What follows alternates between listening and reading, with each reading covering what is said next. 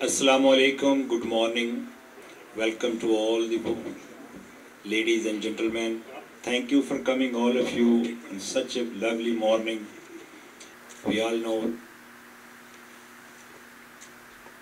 the fraud incident. Millions of minutes has been spent to discuss about the fraud incident in media, in social media, and with the public, privately. But did we find any solution? So far, no, none. The President's suggestion is take me to the time of stones, where he suggests the teacher should carry the guns. In future, he might suggest the mothers should carry the guns. Is this the solution to violence against violence? Not really. Three guards religion and all other religions always condemn the innocent killing. We are here today to give our message to the Parkland School that we are with you, and one day we will defeat to the evil. I would like to invite Mr. Gary Fort, Democratic leader, to please say a few words about this incident. Please welcome Mr. Gary Fort.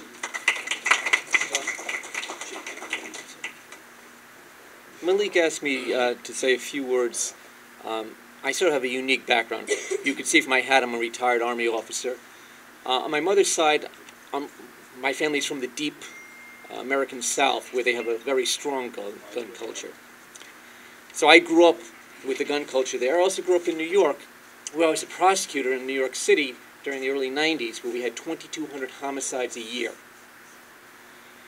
Kings County Hospital used to have a gunshot ward, and I was actually there as a prosecutor, row upon row upon row of people with gunshots. We would have running gun battles on the streets of Brooklyn, people just pulling out guns and shooting. It was pretty horrifying. So the question is, why do we have this problem here? Part of it is that America has this myth, the myth of the cowboy. You've all seen, John Wayne, the man with the gun who goes out there and on his own does everything right. But that's a myth. The myth of the cowboy never existed. Yet America, we have taken that myth so strongly. There are a lot of people who truly believe that you have the Constitution in one hand and a gun in the other. And without the gun, the Constitution won't exist. This is a deep felt belief that these people have. And when we have these horrors and tragedies, like in Florida, like we had in Las Vegas, right-thinking people will say, guns only exist to kill other people. Why do we need them? And we come up against these other people who claim that without guns, we will not have the Constitution, which is false. Throughout Europe, throughout the world, there are countries that have a large number of guns and have a great deal of tyranny. And there are countries that have no guns and have great deals of freedom. In fact, one statistic I love to give to people is that before Saddam Hussein fell, the country in the Middle East that had the most number of guns was Iraq. Individuals had guns, and they also had a Stalinistic government. Where did guns equal freedom? It doesn't. But trying to explain this to these people is tough. Every time we have a horror like what we had in Florida, they double down.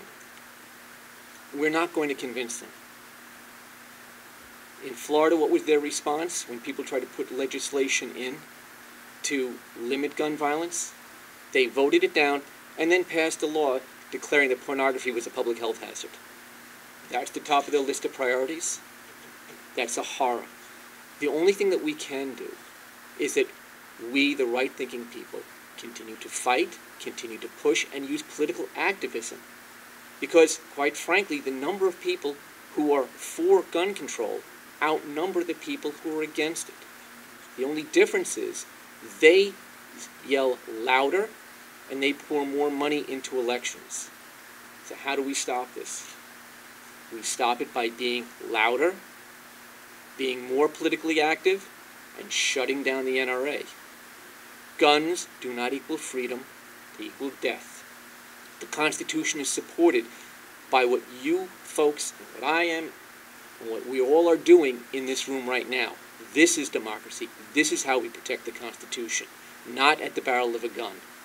Because when we don't understand that, we're going to continue to have more and more shootings like we had in Las Vegas, in Florida, and who knows where the next one will be.